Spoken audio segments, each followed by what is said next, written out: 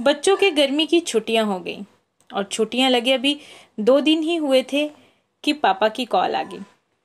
पापा बोले कि बेटा कब आओगी। मैंने अनमने मन से बोल दिया कि पापा कुछ पक्का नहीं है, ऋषि टूर पर गए हैं और उनके आने के बाद देखती हूँ। पापा की आवाज़ रुआंसी हो गई। बोले बेटा तुम्हारी माँ नहीं है तो क्या हुआ, तुम्हारा मायका तो है और मैं तो हूँ। ऋषि से बात करो और जल्दी आ जाओ। मैंने कहा जी पापा। इससे आगे मैं कुछ बोल नहीं पाई। जब तक माँ थी उनसे रोज फोन पर ढेरों बातें करती थी। साल में एक बार गर्मी की छुट्टियों में मैं पूरे 10 दिन के लिए मायके जाती थी। वो सुख किसी जन्नत से कम नहीं होता था। बच्चों से ज्यादा मुझे गर्मी की छुट्टियों का इंतजार रहता था। पर जब से माँ गई मेरा मायके जाने का मन ही नहीं करता। ऐसा लगता जैसे मेरा मायका ही खत्म हो गया। एक सूनापन, एक खालीपन सा मेरी जिंदगी में भर गया था। पापा एकदम शांत स्वभाव के थे और कम बोलते थे, पर सबकी ज़रूरत का पूरा ध्यान रखते थे।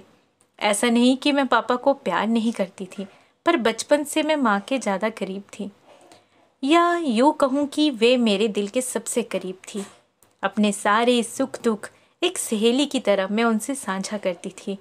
आज सुबह सुबह पापा का कॉल आया तो उन्हें मना नहीं कर पाई। पापा का दिल रखने के लिए ऋषि से बोलकर अगले ही हफ्ते की टिकट करवा ली और पहुंच गई मायके। जैसे ही दरवाजे पर पहुंची माँ की याद आ गई। ऐसा लगा जैसे वो अभी बाहर निकलकर मुझे गले लगा लेंगी। सोच के आंखें भर आई। किंतु आज माँ की जगह पापा बाहें फैलाए मेरा इंतजार कर रहे थे। सालों बाद पापा को गले लगा के खूब रोई। पापा ने अपने आंसू छुपाते हुए प्यार से मेरे सिर पर हाथ फेरा तो दिल थोड़ा हल्का हो गया। बहुत दिन बाद पापा को देखा।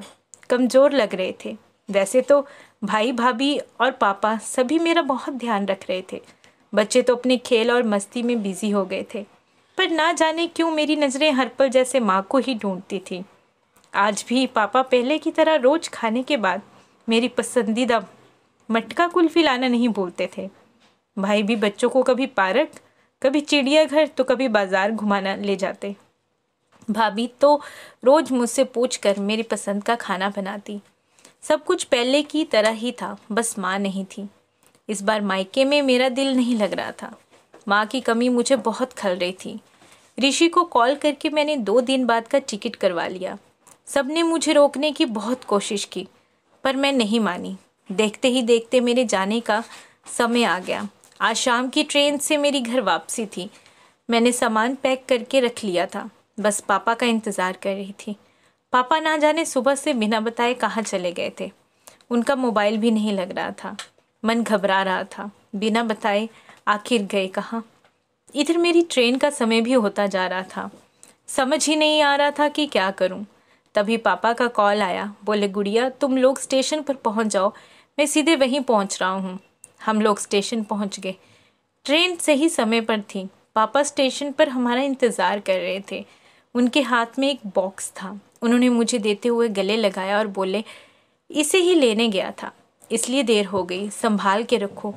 मैंने बड़ी हैरानी से पूछा इसमें क्या है। पापा की आंखें भर आई। अपने आंसू पोंछते हुए बोले तुम्हारी माँ का प्यार।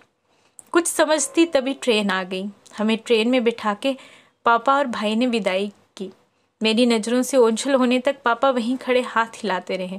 मैं भी एकटक ना जाने कब तक बाहर खिड़की से उन लोगों को निहारती रही।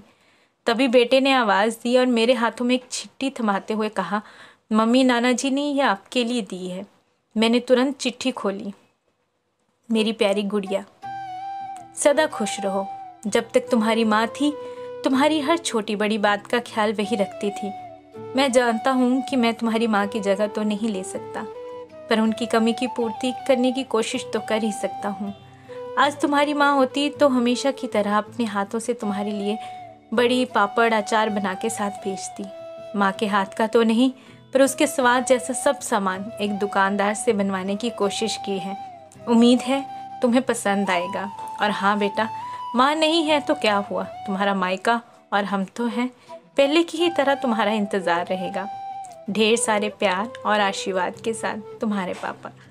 पत्थर पढ़ते पढ़ते मेरी आंखों से पता नहीं कब अश्रुधारा बहने लगी। सहसा मेरे मुंह से निकल गया, आई लव यू पापा। बात छोटी सी थी पर उसमें अथाह प्यार था। मैं सिर्फ महसूस कर सकती थी। मायके से घर आए 1 महीना बीत गया था, लेकिन अब पापा से रोज एक बार कॉल करके मम्मी की तरह घंटों बातें करती हूँ।